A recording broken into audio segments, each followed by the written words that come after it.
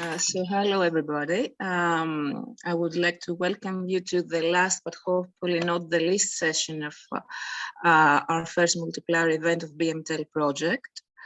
I'm Fotini Mali. I'm a respiratory physician and I'm an associate professor here in the Faculty of Nursing of the University of Thessaly. I would like to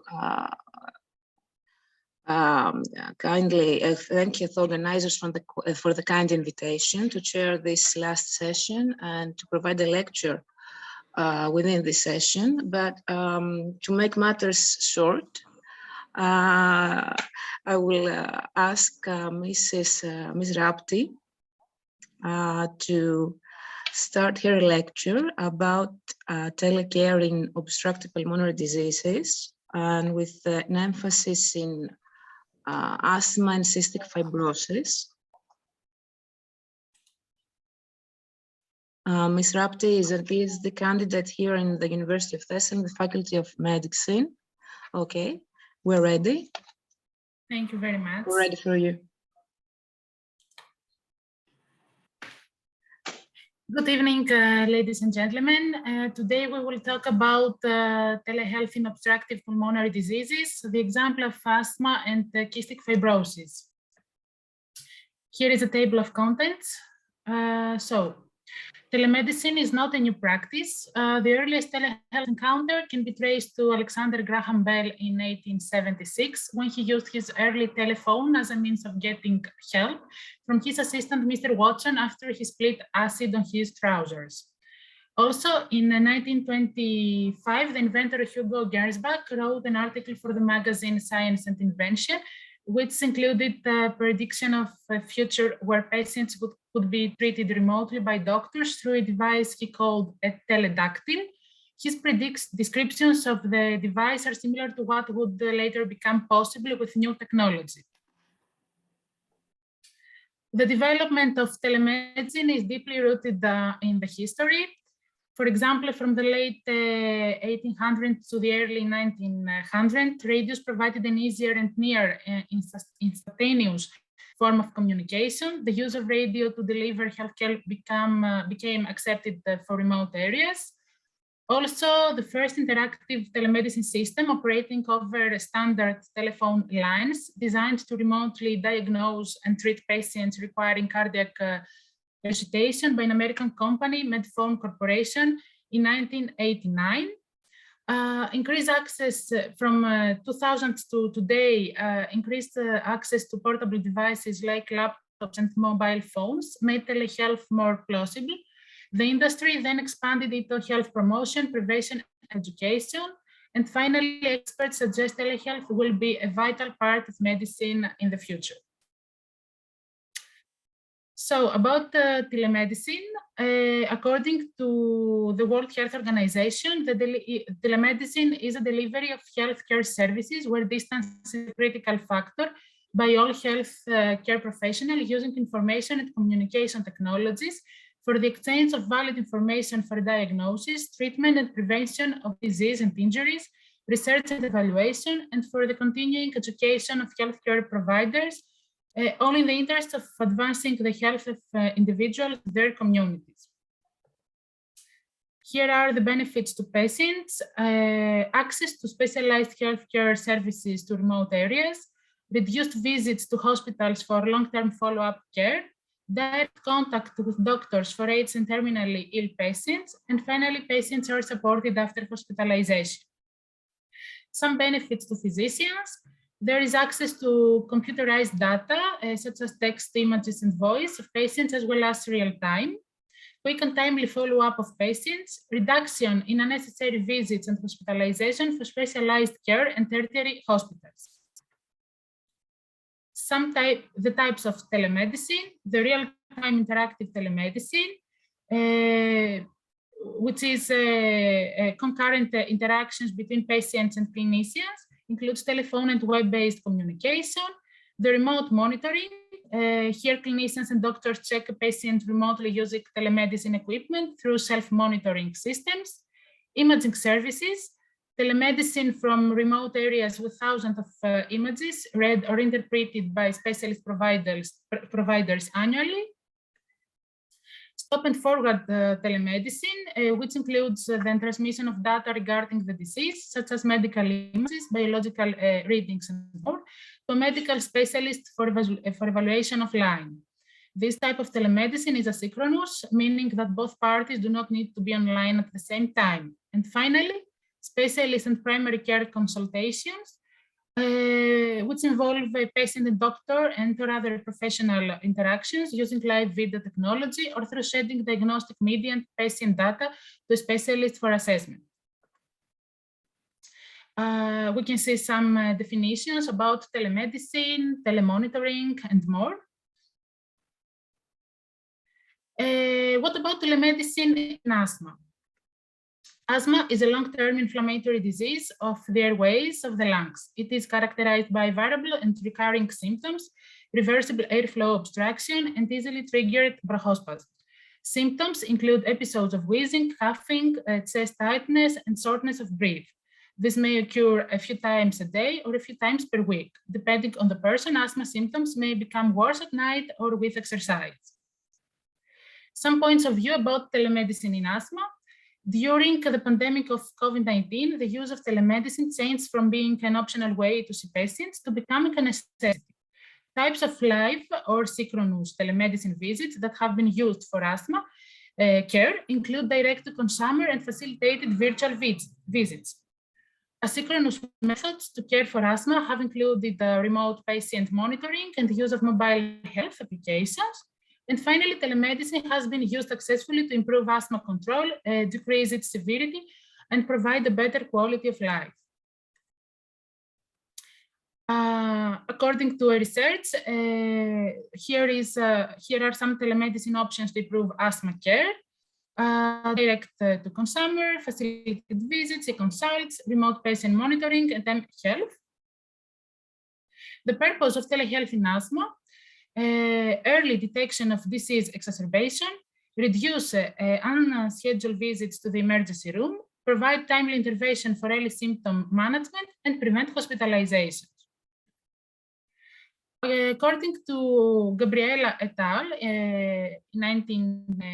In 2022, a questionnaire was developed by physicians operating in the severe asthma referral centers participating in the study and sent by email to the patients in order to investigate the aptitudes and satisfaction of telemedicine before its activation as a complementary standard patient management approach. The questionnaire was sent to 180 severe asthma patients regularly treated by 2 allergy respiratory referral centers for severe asthma. Overall, 167 subjects completed the questionnaires. The study population consists of 54% females under biologic treatment. All answers to the questionnaire are in the text below, and most subjects declared to be confident with the idea of doing the self-measurements and self-managing their disease, whereas 7% disliked it. Here is a table. We can see the satisfaction, all the questions, like the satisfaction to make virtual visit, or their adverse events after self-injection, and more. According to this study, we can see 2 pictures. The first one is about the satisfaction,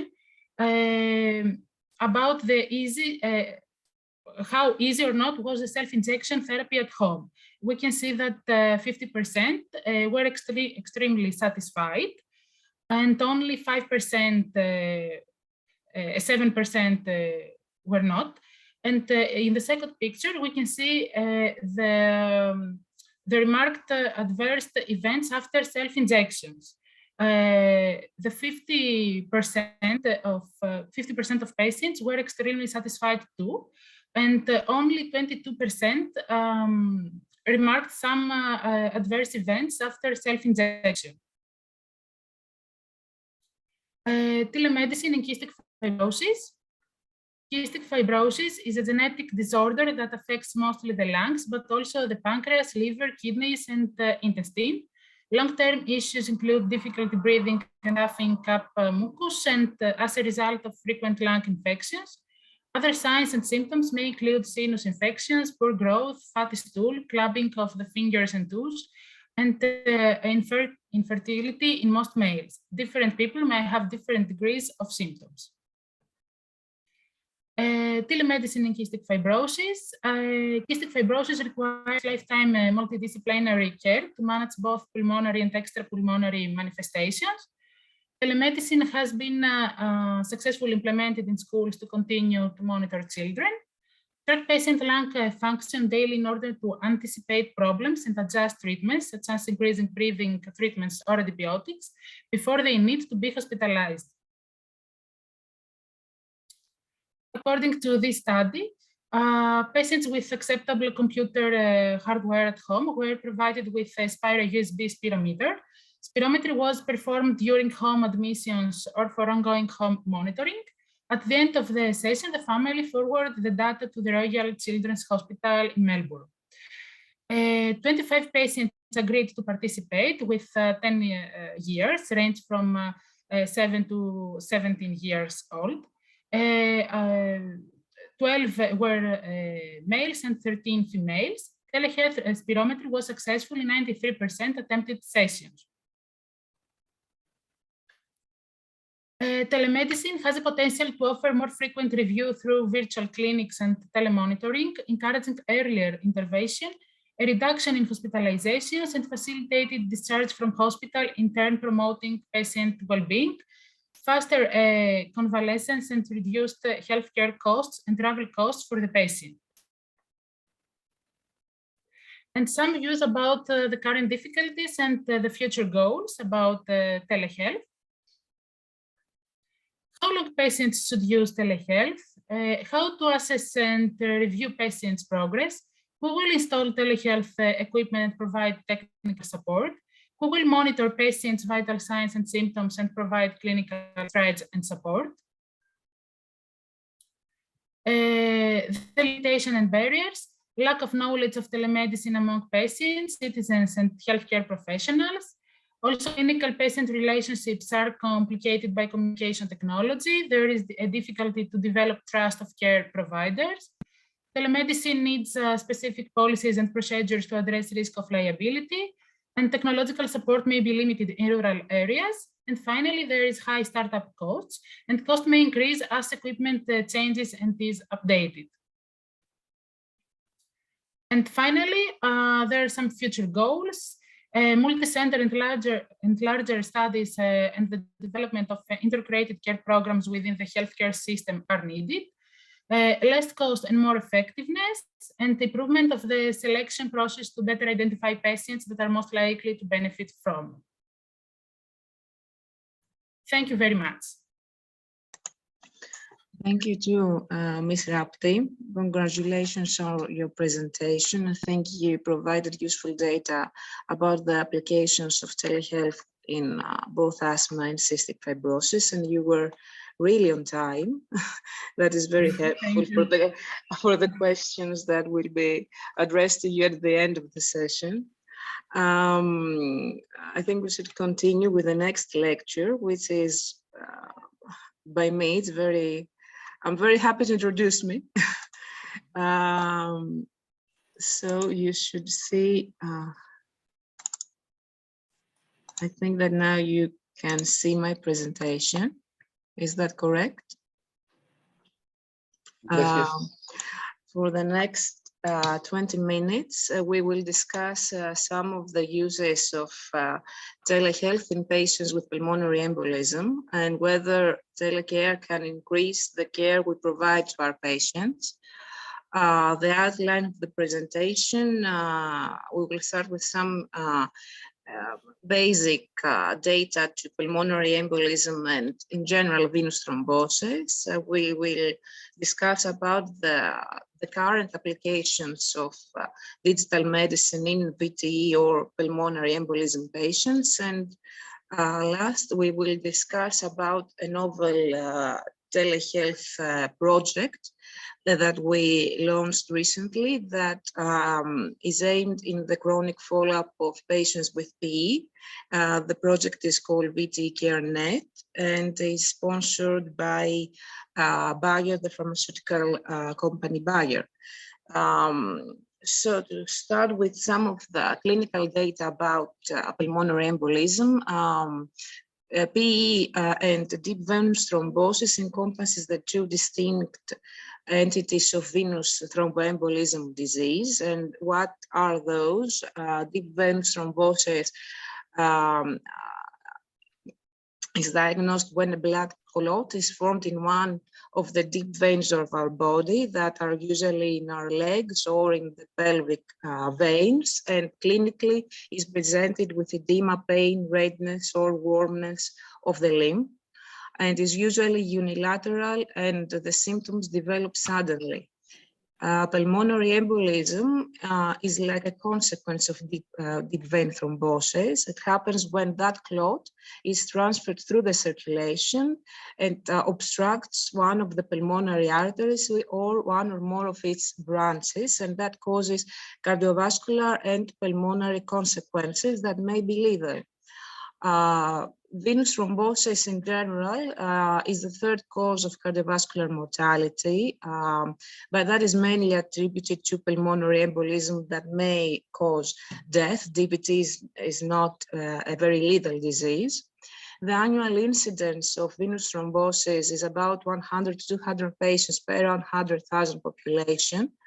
PE, which is a subset of VTE, has a less incidence, but we are not quite sure about how what's the exact incidence of the disease. What we know is that PE, pulmonary embolism incidence, is rising throughout the recent years, and that's because we are more, the healthcare providers are more aware of the disease, the patient's age and the population ages, and that increases the comorbidities that may be a risk factor for pulmonary embolism, and AIDS itself is a risk factor for pulmonary embolism. And lastly, the incidence increases because we have new, the new CT detectors are very exact and can have very thin slices, and thus we can discover pulmonary embolisms in even subsegmental branches of the pulmonary artery tree. And you can see one of our studies that show that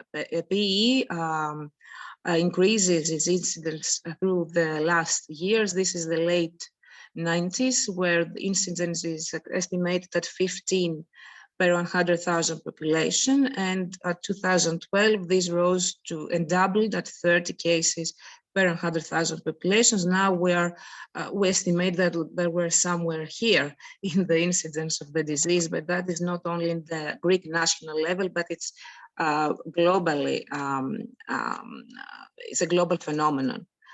Why do we need to be informed about pulmonary embolism? Because it can be lethal, and it can be very lethal if it's left untreated. When undiagnosed, patients die at about 30%. But even if they are diagnosed and treatment is applied, the disease has an 8% mortality. So we need to find ways to prevent the disease from happening. And it's not very easy to do that in the general population, but in the population of patients that have already suffered a pulmonary embolism event, we can prevent it when we administer extended anticoagulation treatment, when that is expected to benefit the patients. Very briefly, the therapy of both pulmonary embolism and deep venous thrombosis, the mainstay of the therapy is anticoagulants, either in oral form or as injectables. But when patients are hemodynamically unstable, to be more simple, when they are in shock due to pulmonary embolism, they should receive immediate reperfusion therapy, either by thrombolysis or by mechanical reperfusion when thrombolysis cannot be administered due to contraindications. How much time do our patients need therapy? We don't know that every patient will benefit from therapy with anticoagulants for the first 3 months. And we know that because we know that in the first 3 months, there are a lot of recurrences if patients are left untreated. But what happens with patients after the 3 months, who will benefit from extended treatment or even indefinite treatment, and who should stop it. There is some patient populations that are benefit from indefinite anticoagulation, and that are patients with recurrences in their previous VT history, and some patients that will certainly not benefit from anticoagulation because that will only increase their bleeding risk, but they have a low recurrence risk, and those are patients that have a major transient or reversible risk factor, like patients that have a PE event following acute trauma or a fracture. But there are some, and these are the main and most often patients that we see every day, that extended anticoagulation should be considered. That means that not all of them will benefit from it, but most of them will, and those are patients that have a first episode with no risk factor, or a first episode with a persistent risk factor, or a first episode of PE with a minor transit or reversible risk factor. But although we have recommendation and have published guidelines that guide us to use extended anticoagulation in these patient populations, in the vast majority of the clinical practice, these patients are left untreated after 3 to 6 months of anticoagulation, and this is one of the main reasons that, in my opinion, we will discuss it later, telecare can provide improved care for our patients. We considered pulmonary embolism an acute disease, and following the acute event, in former years, we used to lose the follow-up of our patients. But now we can effectively recognize that it's a disease that is not, maybe it's not chronic, but it requires chronic attention and follow-up. It is chronic for some patients, although patients require a chronic follow-up for many, many years after the event due to the extended use of anticoagulants, and additionally because many of them develop chronic thromboembolic disease, or even, and to a lesser extent, chronic thromboembolic pulmonary hypertension, and therefore they need a follow-up to early diagnose these entities. What are the published data about digital medicine in PE? They are not a lot. COVID provided us, COVID pandemic made us use telecare more often than we used to do, due to the need to shift from the face-to-face patient consultations, and the patients really didn't want to come to the hospital to perform their regular outpatient clinical appointments, and this is how much money, how much the cost of telecare has increased following the pandemic. We are here in February 2021 that the cost of telecare has increased by 38 times since when compared to the start of the pandemic. I don't know where we are now at 2022. Let's discuss about the reasons that telemonitoring would be useful in PE patients, and that's many of the reasons that telemonitoring is useful from other patients, for other patients too. Comfort, convenience, the patients can have an ongoing care. They can improve their self-management. The caregivers have a wide access to information, but I think the reason to use telemonitoring in VT patients from the patient perspective is that telecare can give them access to specialists, to healthcare providers that have a special interest in PE, in pulmonary embolism. Sorry for always using the abbreviation, it's not correct, sorry. They have access to pulmonary embolism specialists that can provide them with personalized and effective treatment plans. These are the benefits for the use of telemonitoring in VTE from the healthcare provider perspective, and that one of these reasons are common for many other diseases, supported pulmonary care at home, prevention strategies for acute problems. I don't think that's very effective for PE, but we can discuss it later. I think the main reason to use telemonitoring in PE is peer-to-peer review. If you do not have a specialty in pulmonary embolism, you can consult someone that has, and thus provide better care for your patient. And what do you know so far about digital medicine in venous thrombosis? I told you earlier, not much. The most published work is case reports following the pandemic. This was one of them. It's about a 64-year-old that suffered a stroke. The third day of her admission, she developed fever and dry cough. She was diagnosed with COVID-19 and she was diagnosed with pulmonary embolism. And she had echocardiography performed through telemedicine, and echocardiography is very important when you diagnose a pulmonary embolism, because it can effectively stratify patients to having or not having right ventricular strain, and thus having increased or not increased risk of death, of early death. So they were able to provide, to administer echocardiography through telecare.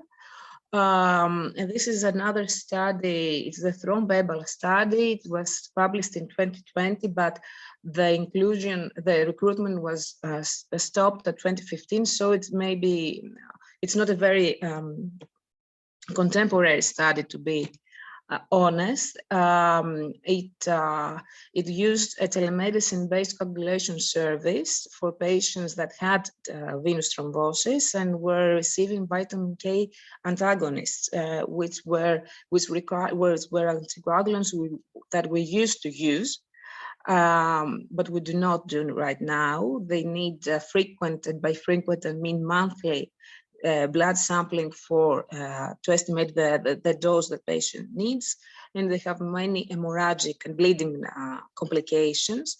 But this study was about that. They used that telemedicine platform to perform the dosing for each of the patients, and it showed that by using this platform, patients that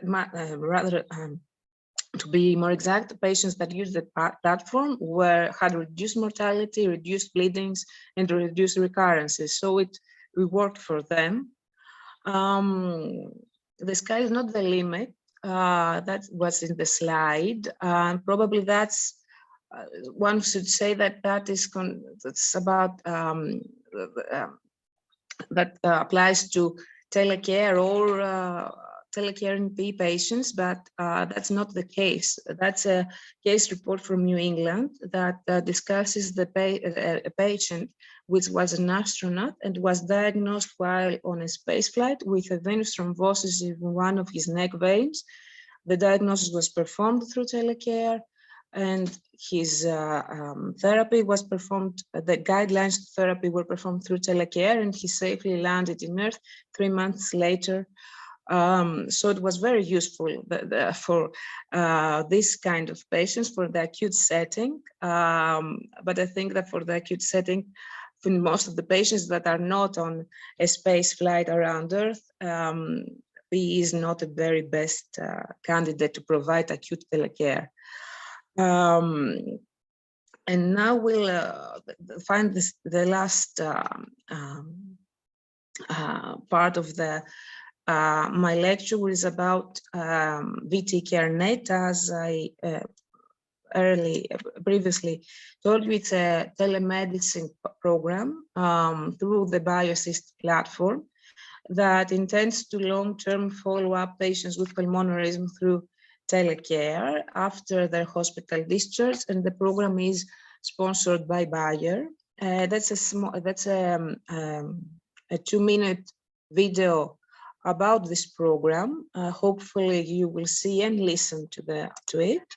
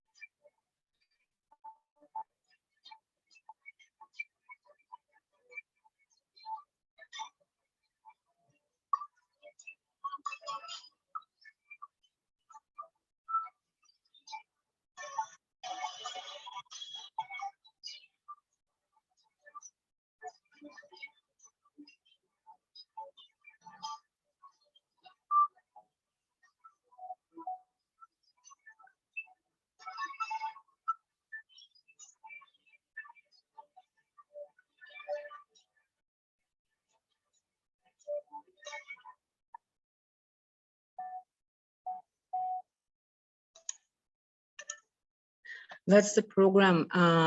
In short, the program aims to personalize extended treatment of PE patients and to extend a network of collaborators that have a special interest in pulmonary embolism in order to help manage our patients in the best way we can in order to prevent the recurrences.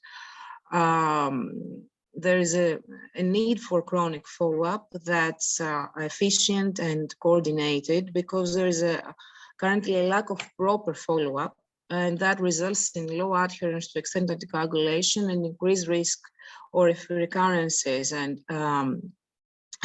we need to make well-informed treatment decisions about our patients and to provide them increased care. The steps to be a part of the program are rather easy. The patients are invited through the platform. They receive an email that asks them to be our patients. They provide their written consent to participate in the VT Care Net, and then we, once they do, we can add their history in the telecare platform. There is a wide availability. The application is compatible with Mac or Windows functional system. It can be connected with smartwatches or activity trackers, and thus that helps us to assess their activity throughout the day, see their blood, their heart rate, or we aim to provide them to use this application for a telecare, for pulmonary rehabilitation at home. And that was very to have their activity trackers connected is very helpful. We can perform video conference through the application. We can send small messages through chat. The patients can answer questionnaires. They can set reminders for the drugs or whatever they want. We can update constantly their health record. Additionally, the program is it can be connected with Bluetooth sensors, like a pulse oximeter has Bluetooth, or blood pressure meter that uses Bluetooth. That's the patient environment. I'm sorry that it's in Greek, but currently the application is not available in any other language. The patients, that's what the patients see. They can perform a video call by pressing this button. They can send us a small text by pressing this button, or they can program their new appointment by this button. And let me navigate you for a short time in the healthcare provider environment. This is my main screen, and this is the logo of our clinic. These are the facilities of the platform, our patients, our video calls, or our everyday calendar. These are some dummy patients, so that we can navigate in them. They're not real patients. This is my email, you see, so none of this is a real person. These are their personal data, like their gender or the date of birth. Some notes where we can find, we can add what's wrong with the patient in very briefly. This is a pulmonary embolism due to COVID, and there's a medical record with pre-defined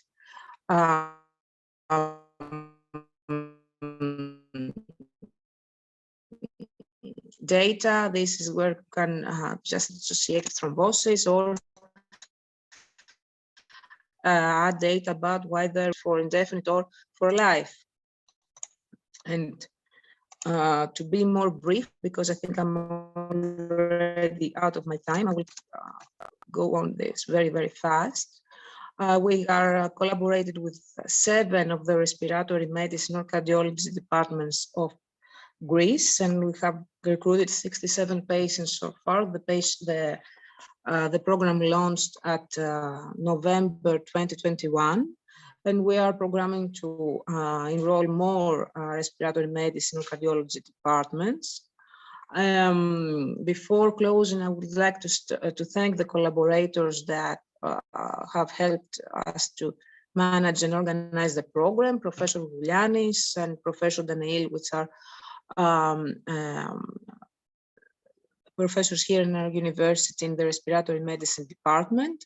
Professor Tsanakas, who is from the electrical and computer engineering department of University of Athens. Ilias Maglogiannis, who is head of the computational biomedicine lab of the University of Piraeus. Ms. Kirvou is a PhD candidate and one of our closest collaborators, and of course, Evangelos, you all know Evangelos. This is a picture from the past and possibly the present. It says that you should not park here because a doctor is on call, and if you park here, he won't be able to park easily and go help his patients. And this is a picture that probably comes from the future. I don't know if we're there yet, that we can completely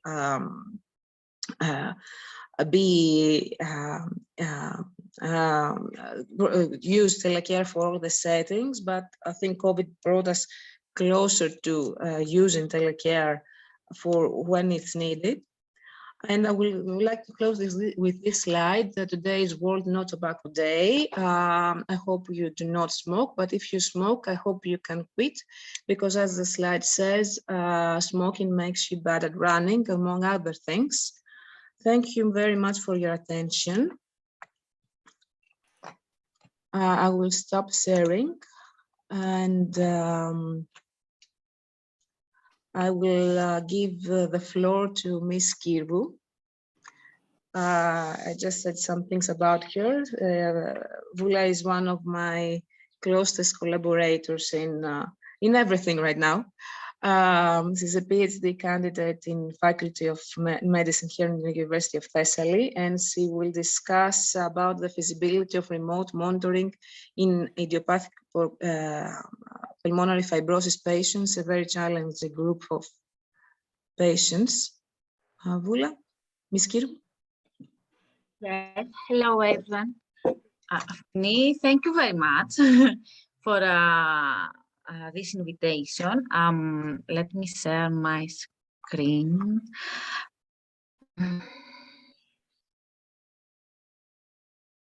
No. I will do this correct.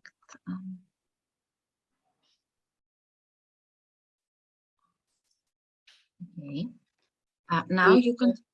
We can see the presentation, but it's not full screen. Now it's not full screen. No. No. Okay. Give me a second.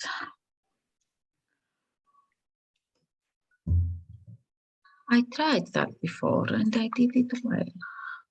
I'm sure. Don't worry, it is today's It problem. happens all the time. Especially today. You're not noble. Don't worry. Now it is. I really want to say yes, but it's no. But I'm sure we could proceed like that. Okay. I think that. Okay, okay. Now we're it's okay. okay. Now it's okay. Okay. Yes. Got it. Miss Thank Katie, you. you made an entrance, so the bar is very high. Perfect. I will convince you for my good dog. No, I don't think it's about that. Okay. Well, my name is Paraskivi Kirgou. I'm a PhD candidate at the University of Thessaly. During the next 20 minutes, we will discuss about remote monitoring of patients with idiopathic pulmonary fibrosis. You will also see some real data from our project, and I think that you will gain an insight into the usefulness of telemedicine. To begin, telemedicine is the use of technology, whether it is a smartphone or a tablet or a laptop, to connect patients directly with their healthcare providers. We live in a world of social distancing, so telemedicine may be the king in the future, but it is not always correct to use telemedicine. If a patient is newly diagnosed with a disease, he should go to doctor's office for the first visit, but it's okay to use telemedicine for follow-ups. Telemedicine may be difficult to be used by patients who have problems with their sight or hearing, but this problem can be resolved if a person from his family is near to the patient. And of course, it is not useful for patients in whom the symptoms they already have are worsening. Of course, there are positives and negatives. We know that we can save time, save money, and of course, avoid exposure to germs and infections. We live in a COVID-19 era, and all the physicians are trying to find new ways to manage our patients from their best. However, there are some negatives. The patient should need a good internet connection and the right device. It's not for all health problems. We will see in the next slides that it's not correct to use telemedicine from emergency, for example. Some health systems and medical practices are not able to offer telemedicine. I believe that this will change in the upcoming years. You may listen telemedicine be referred also as the health board terms are used interchangeably. Telemedicine refers to clinical services provided via technology, while telehealth includes a wider range of medical initiatives such as public health alerts and online medical conferences. I'd like to emphasize to the following point. As I said, telemedicine is not for emergency. It's not appropriate to use telemedicine telemedicine in emergency situations like heart attack, stroke, serious cuts, or, for example, broken bones. We must train our patients to get medical care immediately if they have a persistent pain, or if, for example, IPF patients may have decline in their oxygen, arterial oxygen level, and maybe they will need some care from a doctor. So they should go to the hospital or to the doctor's office. Telemedicine may become the new normal in medical practice. It is already used worldwide. We have projects about asthma. We have projects in COPD. We have projects in venous thromboembolism disease. And in Greece, we designed a project to see if telehealth is practical for a patient with idiopathic pulmonary fibrosis. This project was named PADMAZI. The exact translation in English is Always Together. And the official platform for this project is Heart Around. It was a multi-center project. Patients from Larissa, Thessaloniki, and Iraklio were participated. And can you hear me? Loud and clear. We're okay.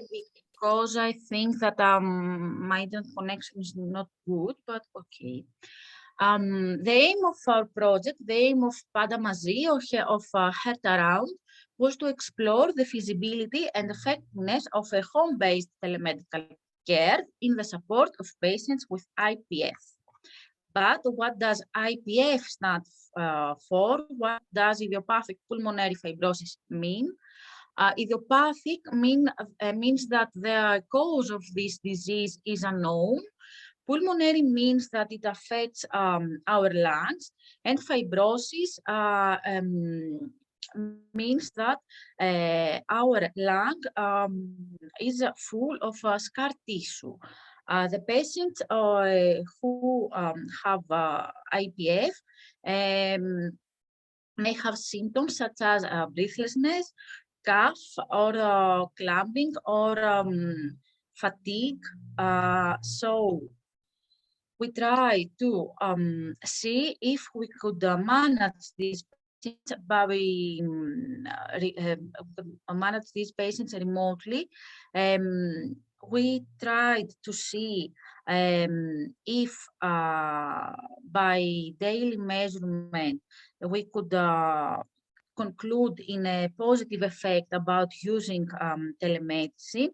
Our patients were instructed to perform daily measurements of oxygen saturation, heart rate, blood pressure, and sometimes spirometry. All the data were transmitted via Bluetooth, and all the physicians could set a schedule of daily measurements and reminders of the measurement.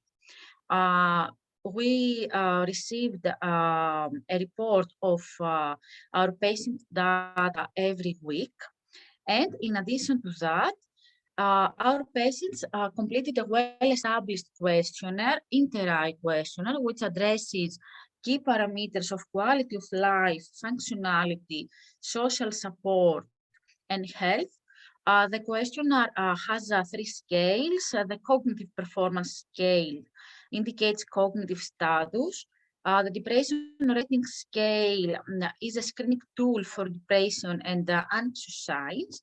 And activities of daily living scale, which assesses activities of daily living performance. We could log in the platform and see data from our patients, for example, their daily rate or oxygen saturation. 60 patients were included in this project. The majority of the patients were male and the mean age was about 70 years. Most of the participants were ex-smokers and claimed about dyspnea. As far as the pulmonary function test concerned, the FEV1 was about 77%. The AVC was at 72, and the ratio of these volumes was at 83. And last, the DLCO parameter was at 40%. When we analyzed all the data, we concluded that the adherence to the monitoring system was high throughout the study. From the 60 participants recruited, only 2 failed to record any data or use the system correctly. From the remaining patients, only 5 did not use the system on a daily basis. The mean follow-up for our project was about 2 years, and over this follow-up period, 12 patients died. 1 was hospitalized for acute coronary syndrome, and 5 for pulmonary complications. At last, we analyzed interact questionnaire. Most of the patients had a score of 0 that suggests intact CPS scale. After 1 year, 55% of the patients had intact cognitive impairment and 45% had borderline cognitive impairment. Signs of depression were present in about 17% of patients, but this percent was declined after 1 year. The majority of our patients exhibited no impairment in ADL scale, both at baseline and at the end of the study. And a small percent of the participants required maximal assistance in eating or locomotion. This percent was improved at the end of the study. To summarize, we observed high rates of compliance with the telemonitoring system, despite that the patients were in their majority elderly and have severe IPF. Our platform was designed to be easy to be used, so none of our patients, I suppose, told us something negative for heart around. Our results suggest that the telemonitoring system was feasible and well accepted by IPF patients, as I said. We observed only small improvements in signs of depression. It is a finding that agrees with the literature. We will still have a lot to learn about telemedicine. Research into the usefulness of telemedicine is ongoing. I think that that's why we're all here today. I think that I hope that you will have gained an insight into the positives of telemedicine, because we must know that through e-health facilities, patients and clinicians may overcome access barriers and reduce the risk of contracting infections. As I said at the beginning of my presentation, okay, we live in a COVID-19 era, but we are here to help our patients. They are already have anxious signs, maybe from their respiratory disease. So they need help. We must find new ways to help them, and I think that only new projects can overcome these problems. So thank you very much for your attention, and I wish you a happy and safe summer. Thank you, Ms. Kirgu, for the very interesting presentation, the excellent lecture. This was a very this was a program that was useful during the COVID era, but was developed at 2014. So we were prepared for COVID-19. It was a program that aimed at a very challenging population because IPF patients are elderly and have a debilitating disease. Most of them require oxygen therapy. Sometimes in their natural history, they develop respiratory failure. So they have many comorbidities due to their age. And they are a very frail population. So it was interesting to find out that it was feasible to perform telecare even in those patients. I don't know if there are any questions from the audience. No, there are not. Or there are any questions that someone wants to address. If not, let me make some brief question to Ms. Kirgo first.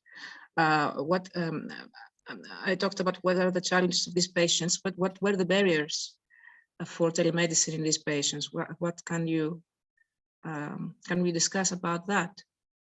Was it easy? Was it what were their attitudes towards that program? Okay. Well, I think that the main barrier was their age. Imagine at your 70s, a new doctor tells you that you have to use a smartphone, you have to have an oximeter and use this daily. But I think that if the platform is easy to be used, and if all of the healthcare providers talk with our patients and provide them with the right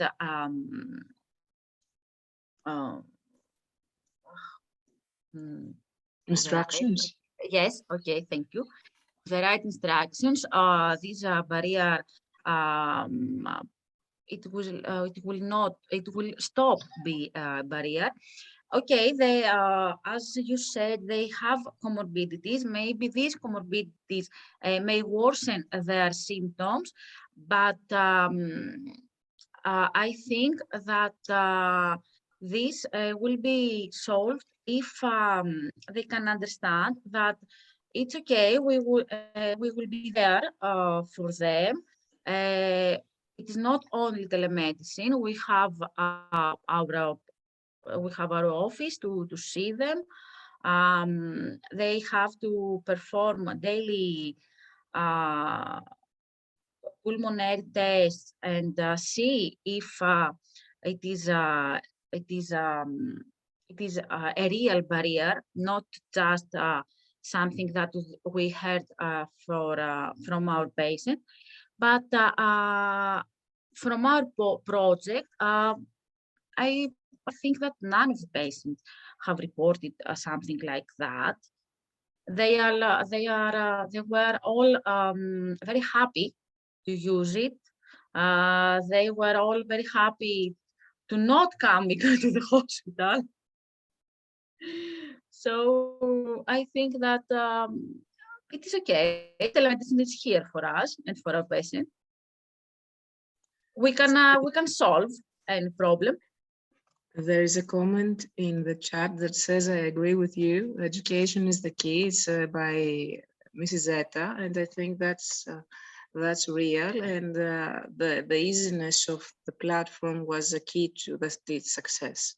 Additionally, because they are not everyone is very electronic or can use a lot of devices, new devices, especially the elderly. I don't know if there are any other comments or questions for any of the lecturers. So I think that it's now the time to congratulate everyone for a very interesting and a very successful event. Once again, I would like to thank for the invitation to be a part of it. And I should give the speech to some of the organizers from some closing remarks. Thanks. Okay, thank you very much, Professor Mali. Emiliano, I will start and I will give the floor to you. Although I would like to sum up all the presentations today and the usefulness of telemedicine, telecare, etc. But I think Mrs. Kirgu did it a few minutes ago, that they gave all the benefits regarding telemedicine. Just to make a point in what Mrs. Zeta comment, that education is the key, and I think it is. I will agree with that, and this is one of the goals of our project: the education of health providers, and how then could educate their patients, our patients, to use all this new technology and devices. It was a very successful multiplier event, not because it was organized by us, of course, but it is a fact. We had a lot of attendance, online attendance, but also students in our classrooms. I think the online attendance at some point reached 150 or something like that, plus to those 100, at least 100 that was live in University of Thessaly. I suppose there was... Maybe if you have the photos, you can share the photos of the students that they were in the classes. Yes, I have the photos. I will send an email to our partners, and I don't know, maybe we can share them now. Yes. Let me open some in order to be recorded. Okay, yes. Just a minute then.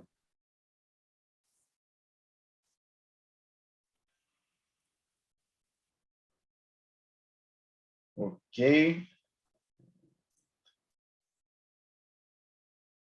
Let me see. Okay. I will share some photos now. This is from today's event in the University of Thessaly. It's one of our classes. And this is also from today. Oh. I think Emiliano is yes. looking there. I recognize the slide. Okay. Thanks a lot.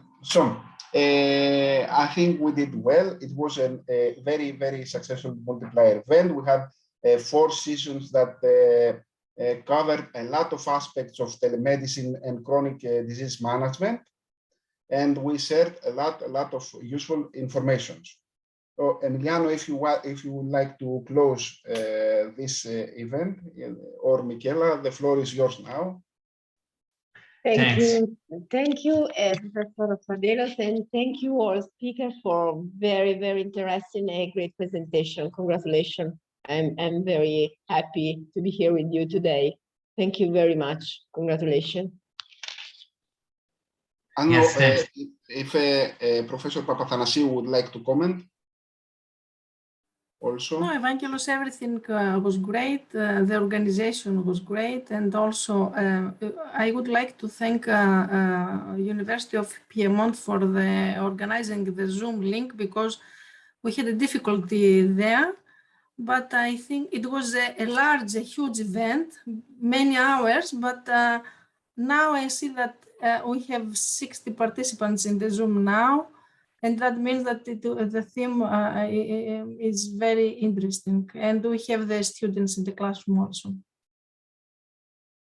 Thank you, everyone. So, Emiliano. Many thanks. We are very happy and proud for this successful event.